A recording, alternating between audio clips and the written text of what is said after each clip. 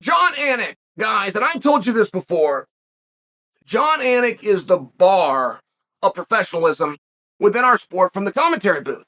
That is the guy. You want to get into this business, you got to find somebody to top you, right? Like anything else, you got to have somebody that you look up to. You start studying, maybe you start dressing like him, you start kind of following him around, right? You shadow somebody, that's your guy, for sure. Now, Jon Anik has taken on a role that I appreciate. And it's the role of accountability as it pertains to our judges. Now,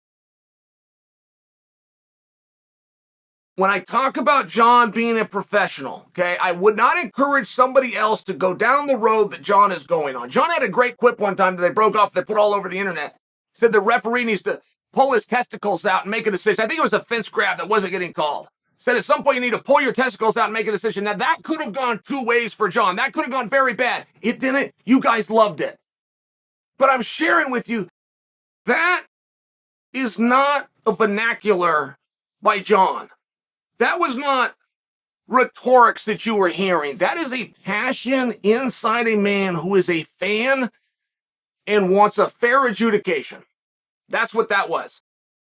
And every time Jon speaks up, including on his podcast or including on social media, you're not seeing a guy trying to get clicks. You are seeing a true and passionate fan. He happens to work in the industry, but that is secondary. Wants a fair adjudication. Now, Jon made an interesting comment. He said, it was a two-part comment. He said, first off, I have never seen a time in MMA where the judging has been so, I can't remember the last word, but it meant like inconsistent.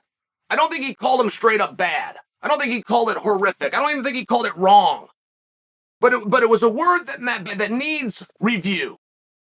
Okay, great. And then he said, I look forward to being in Vegas next year and having some conversations. I just want to explain to you guys what that means. So, and there's a lot of moving parts here, okay? Because I've also got to insert at the end of last year, I've got to insert, which you guys saw, it was done publicly, but when Dan Hardy was announcing and disagreed with a stoppage of a fight, he wanted it sooner, he wanted the fighter protected. And again, you saw the fan come through, and it's very hard at times. Like, you don't get to just say I'm a passionate fan. You just don't get to do that. You are a professional in a suit doing a job, and sometimes you got to keep those apart. Right? Tightrope. But we all understand why. And I'm only reminding you of the Hardy situation because Anik never really calls anyone out. He doesn't do it by name. He does it in a very appropriate manner. And it also comes through with a real sincerity of why he's doing it all. Now, what do you do with judging, guys? Is judging worse, more horrific, inconsistent?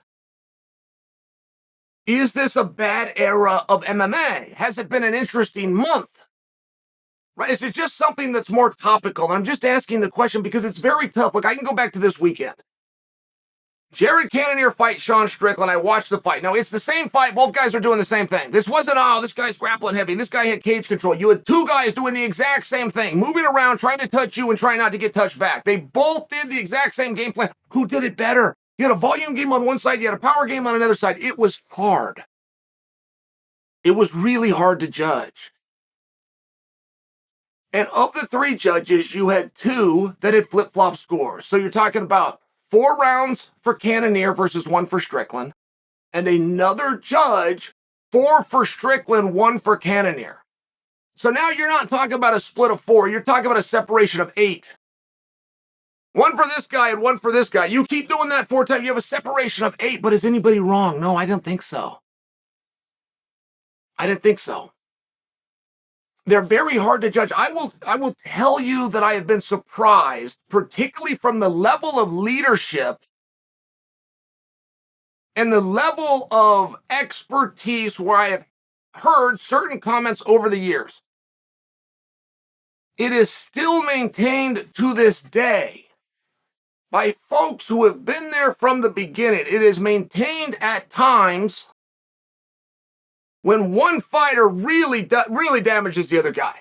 He beats that guy's ass, but he did it for 5 minutes, that he won the fight. He did way more damage, and you should look at him, right? Do you guys remember the night it was BJ Penn versus George St. Pierre part 1? Are you guys fans from way back then? BJ came out in the first round. Oh, he looked like BJ Penn, and he was lighting him up. He started to fatigue. George used a weapon that's a little bit harder to see, which is pace. He put a pace on him. George won the next 2 rounds. It was pretty straightforward. However, George's winning of the next 2 rounds, so 10 minutes where he was in control, he did not do as much damage. As a matter of fact, not even close to as much damage as he had done to him in that first round that BJ won. Now, it's still a 10-9 must system. It's 1 round for BJ. It's 2 rounds for George. George wins. And BJ Penn, best fighter in the world.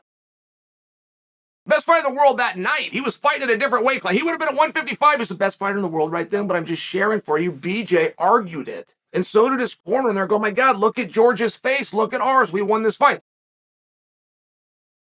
Under the pride rule system, that was a thing. Within one championship. Right now, that's a thing, but not under the unified rules, which are a 10-9. And we'll still hear that argued. I mean, it'll still rear its head. We go, what are you talking about? Are you a newbie? Let me sit you down and explain this to you. And I can do it in 10 seconds. Like, this isn't a difficult concept. It's math. But you will still hear that argued. And I've got to tell you, when you have 2 judges that are looking at a fight like Cannonier and Strickland, okay? Here's another one that I hear, guys. Let me throw this at you. A fight will take place and it will be unanimous 30-27, and people will have a problem. The media will have a problem because that was a super close fight. Promoters will have a problem. Say, well, I should have been at 30-27. Fans will have a problem. That should have been a split decision. My goodness, what are you talking about? You can have an extremely close fight. I mean, absolute razor thin. There's never been a fight in history that's closer than Thug Rose Carla Esparza Part 2. And you can call it the duelist if you want. Go right ahead. There's a lot of adjectives you can throw, but while you're throwing those synonyms in there, make sure you add close. No one knew who won that fight.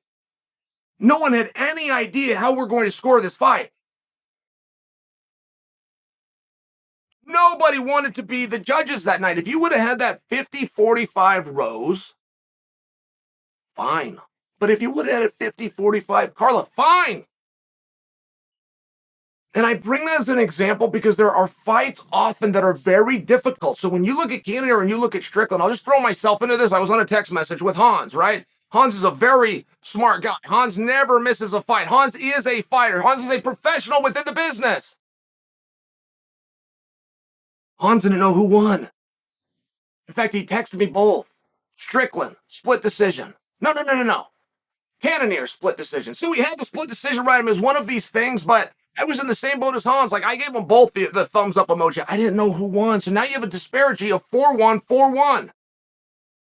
They could both be right. I know that sometimes you don't like that.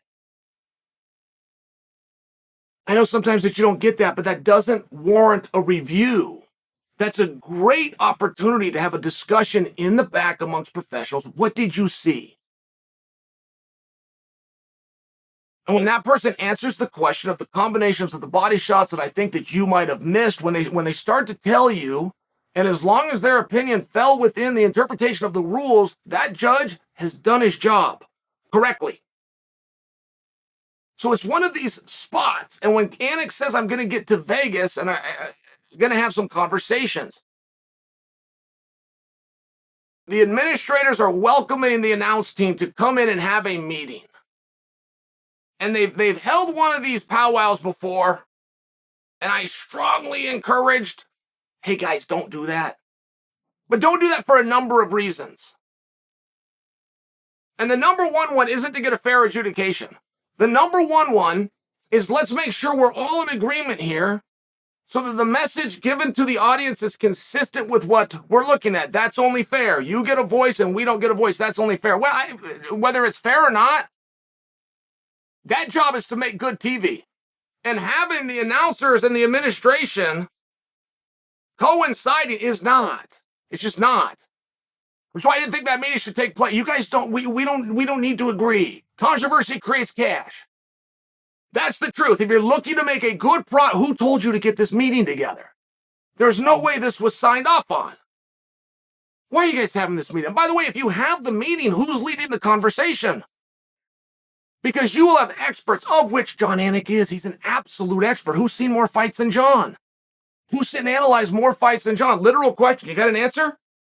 Hard one. But he doesn't have the license they do, so who's leading that meeting? I don't see the upside. I also don't know if I think judging's all that bad. Sometimes I do get curious. What did you see? How did we come to this conclusion? When you came to vastly different conclusions and you got to the back, what happened? Did everybody grab their coat and they go home? Or is there a conversation for you to tell us what you saw within the interpretation? I would like that. That would just make me feel good. I like to know that there's review, and I like to know that guys are watching stuff. But that's the comment. I'm trying to explain it. I would like to know what you think. Is this the worst era in judging in MMA, or is it just a little bit more topical right now?